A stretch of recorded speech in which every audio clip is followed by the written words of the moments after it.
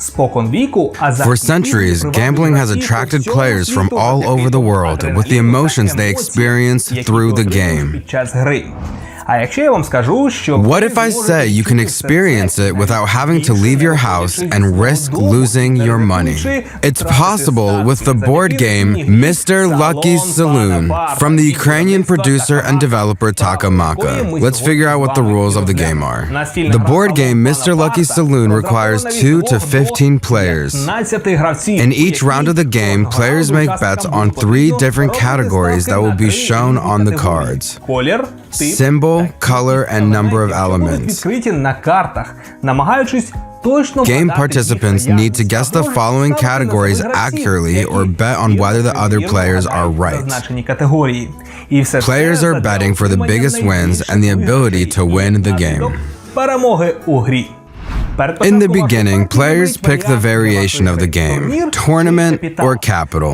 To explain to you in more detail, we will start with the second option first. The capital version requires 2 to 6 players. During the preparation, put the betting field in the center of the table.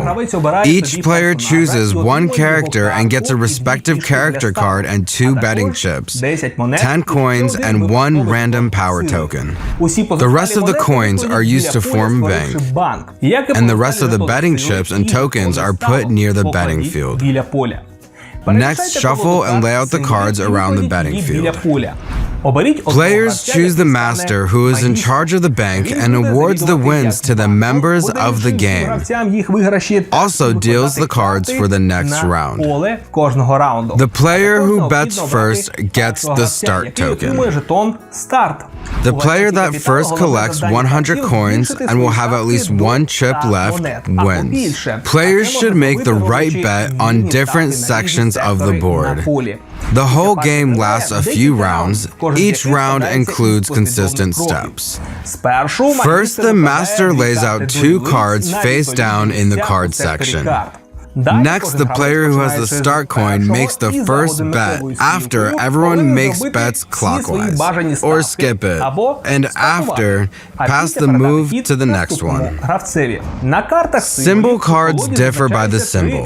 The different types are skull, heart, and eagle, color, blue, yellow, and pink, and numbers. 1, 2, and 3. There are sections on the board game which match these 3 categories.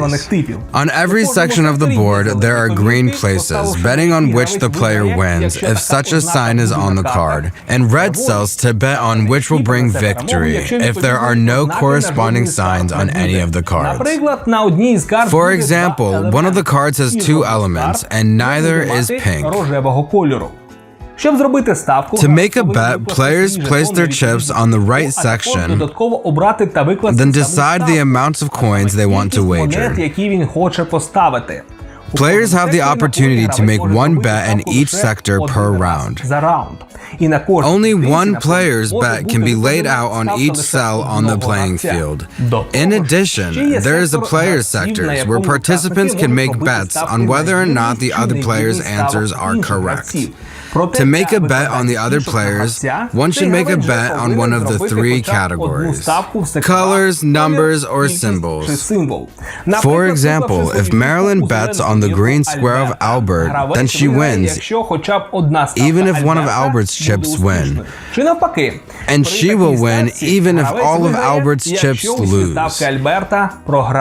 You can bet on yourself as well, but only after you make a bet in another sector. If you're playing only with 2 players, you cannot make a bet on the other player. There's always a possibility of conflict bets when 2 chips are bet on the same sector. Albert bets that there's a blue card, and Elvis bets that there are no blue cards. The player who made the conflicting bet cannot place a bet on his opponent's sector. Albert wins double his score and takes Elvis's bet, and then they both take back their chips. As mentioned before, during your turn, you can bet as many chips as you want, or you can skip your turn. No matter which option you choose, the next player turn is counterclockwise. After all the players have made their bets or skipped their turns, then the next part of the round has begun. Next, the master reveals the cards in the middle of the sector. One card per turn. Then the players tally up their points and claim their winnings. For example, Marilyn bets that one of the revealed cards will have only one symbol. Marilyn was correct, so her bet was doubled by another 5 coins. And then takes her chip back.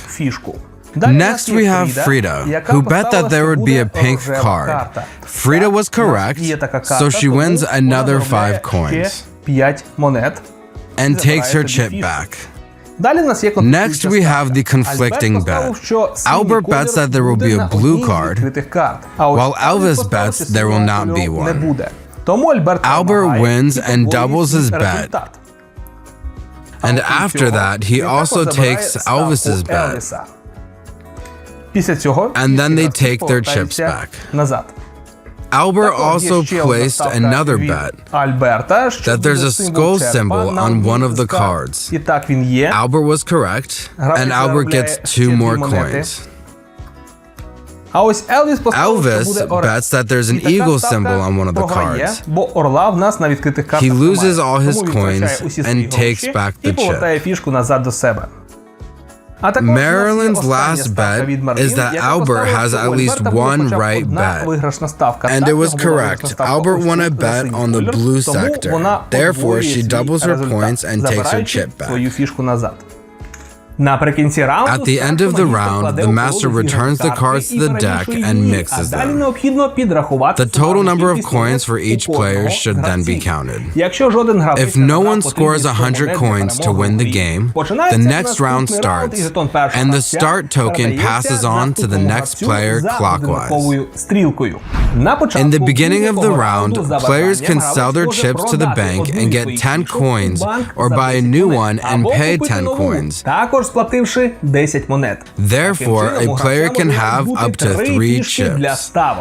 If the player has no coins and just 1 chip at the end of the round, he loses and cannot bet anymore. In addition, each player has a power token. In any given round, only 1 power token can be played. During your turn, if no one has activated a token, you can place your power token down face up in front of you to activate it. Only 1 token can be played every round. For example, the token, change of bet, has to be played during the betting process before cards are laid out. The holder of this token may change any bet of any player. Such bets should comply with the general betting rules. The token 2 bets are also played during the betting process before cards are laid out. By playing this token, its holder may place 2 bets in any sector without being conflicting bets. The token, last card, and removing sector can be played when the card is revealed. One of these tokens is used by the first player who wants to. After the master reveals one of the cards, the player may use the last card token and replace the card that has just been revealed with the next card in the deck. The master opens the first one, and the player decides whether to replace the card or not. Otherwise, the second card is revealed, and then only that card can be replaced. When playing the Remove Sector token, the player can remove any 1 sector from being played in the current round. All bets in that sector shall be returned to the players and disregarded. Tokens Parity and Double are played after the cards are revealed and before calculating the results. These tokens are played at the same time, so the first player who wants to can use them. If a player uses the parity token, the total amount of winning bets shall be equally distributed between all players that played in that round. If it cannot be equally divided, any remaining coins shall be given to the players that played the token. The last token, doubles all winning bets in the round. At the end of the round, the player that uses the power token places the token in the center of the table. If no player has the power token, mix the tokens and distribute them to each participant face down. If one of the players earn 100 plus coins at the end of the round, the player wins the game. If there are multiple players that earn more than 100 coins, the player with the bigger total wins. If there's a draw, one or more rounds should be played. Finally, we have explained the capital version of this game, where the player gambles to earn the most coins. Now let's learn the next version, the tournament, and explain all the rules of the version of this game. First, in this version, you do not use coins or power tokens for betting. Next, the tournament has two options for this game and requires 2 to 6 players. For the start of the game, each player has their character and 3 chips to bet. A game consists of tours of 5 rounds each. In each round, players must bet all their chips clockwise. All chips from the correct bets goes back to the players, and the chips from the losing bets are not used in the game anymore. After the round is over, the first move passes to the next player. If the player runs out of chips at the end of the tour, he is out of the round. The master lays out 1 card in the card sector in the first round, 2 cards in the second, and 3 cards in the third, 2 cards in the fourth, and 1 card in the fifth. The player who saves the most chips after the 5th tour wins and is awarded 1 coin. If there are multiple players with the same amount of chips, they are awarded 1 coin each. If none of the players have chips, then there are no winners and nobody is getting coins. The game lasts till one of the players earns 3 coins in the end of the leg and gets the win. If multiple players have 3 coins, they divide the victory. The second option of the tournament requires 10 or more players. Players select their chips that can be anything from a small piece of paper with a player's name on it to a small size item.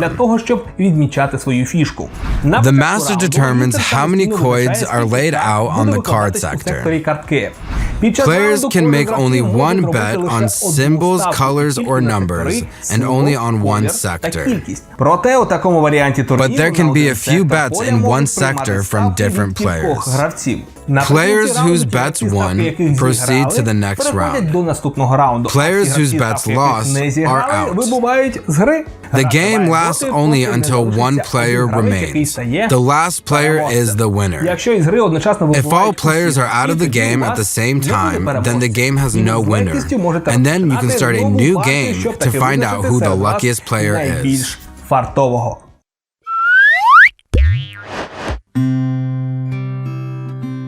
Finally, we have shown all the rules of the game, Mr. Lucky's Saloon. If you have some questions, write them down in the comments and you'll get the answer right away. That's all. See you later. Goodbye.